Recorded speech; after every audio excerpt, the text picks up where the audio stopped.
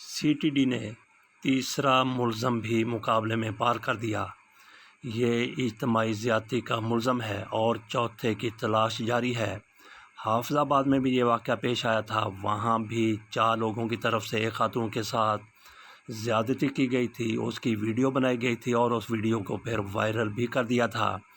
وہاں بھی 3 لوگ اب تک مارے جا چکے ہیں، لیکن چوتھا قید میں ہے۔ یہ جو واقعہ آپ کے سامنے میں رکھ رہا ہوں، یہ چونگ لاہور کے قریب کا واقعہ ہے۔ حافظ آباد والا واقعہ 2 مہینے پہلے پیش آیا تھا، لیکن اس واقعے کو ابھی 1 ہفتہ بھی نہیں ہوا۔ یہ واقعہ 31 جولائی کو پیش آیا اور آج ہے 3 اگست 2025۔ سی سی ڈی کی طرف سے صرف 3 دن میں 3 ملزموں کو پکڑا گیا، 3 کو مار دیا گیا، پار کر دیا گیا، جبکہ چوتھے کی تلاش جاری ہے۔ اس حوالے سے کچھ یوں ہے کہ چونگ میں خاوند کے سامنے بیوی کے ساتھ اجتماعی زیادتی کے اندوہناک کیس میں اہم پیش رفت سامنے آئی ہے۔ C C D Model Town Lahore نے بقیہ ملزمان کی گرفتاری کے لیے کارروائی کرتے ہوئے شدید فائرنگ کے تبادلے میں تیسرا مرکزی ملزم زاہد ہلاک ہو گیا۔ پولیس کے مطابق کارروائی کے دوران ملزمان نے پولیس پارٹی پر اندھا دھند فائرنگ کی، جس سے انسپکٹر شاہد اور اہلکار علی بال بچ گئے۔ دونوں اہلکار بلٹ پروف جیکٹس کی بدولت محفوظ رہے، تاہم فائرنگ کے نتیجے میں پولیس موبائل اور بلٹ پروف جیکٹس کو نقصان پہنچا۔ حکام کا کہنا ہے کہ ہلاک ہونے والے ملزم زاہد کو گینگ ریپ کے وقت دیگر ملزمان نے فون کر کے موقع پر بلایا تھا۔ واضح ہے کہ اس مقدمے میں پہلے ہی 2 مرکزی ملزمان اویس اور ارشاد سی سی ڈی کے ساتھ مقابلے کے دوران مارے جا چکے ہیں۔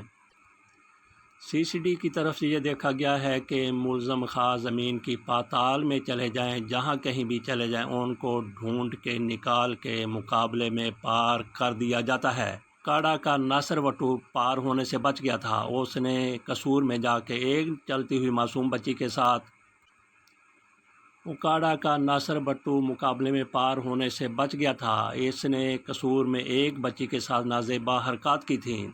اس کو بھی سی سی ڈی کی طرف سے پکڑا گیا اور اس دوران کہا جاتا ہے کہ اس دوران اس کا اپنا پسٹل فائر ہو گیا، جو اس نے نیپن میں اڑوس رکھا تھا۔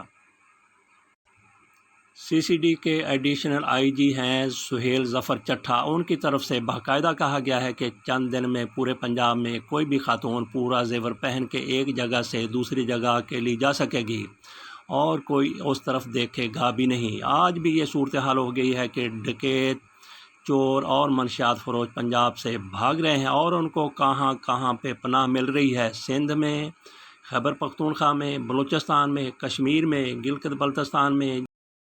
ایسے ملزموں کو ملک کے کسی بھی حصے میں نہ صرف یہ کہ پناہ نہیں ملنی چاہیے، بلکہ ایسے محکمے الگ الگ صوبے میں یا پھر قومی سطح پر قائم کر دیے جائیں جو ایسے لوگوں کو پکڑیں، ان کو عبرتناک سزا دلوائیں یا خود ان کو سزا دیں، تاکہ ملک سے اس طرح کے زیادتی کے کیسز کا، ڈکیتی کے دوران جس طرح سے زیادتی ہوتی ہے، ڈکیتیاں جس طرح سے ہوتی ہیں، چوریاں ہوتی ہیں اور دیگر بڑے بڑے جرائم ہوتے ہیں، قبیح جرائم ہوتے ہیں، ان کے ملزموں کو کسی بھی طور پر معاف یا رعایت نہیں دینی چاہیے۔ تو ہماری یہی درخواست ہے کہ ملکی لیول پر ایسا شعبہ، ایسا محکمہ قائم کر دیا جائے تاکہ جرائم کا مکمل طور پر خاتمہ ہو سکے۔ اس کے ساتھ اجازت دیجیے۔ اللہ حافظ۔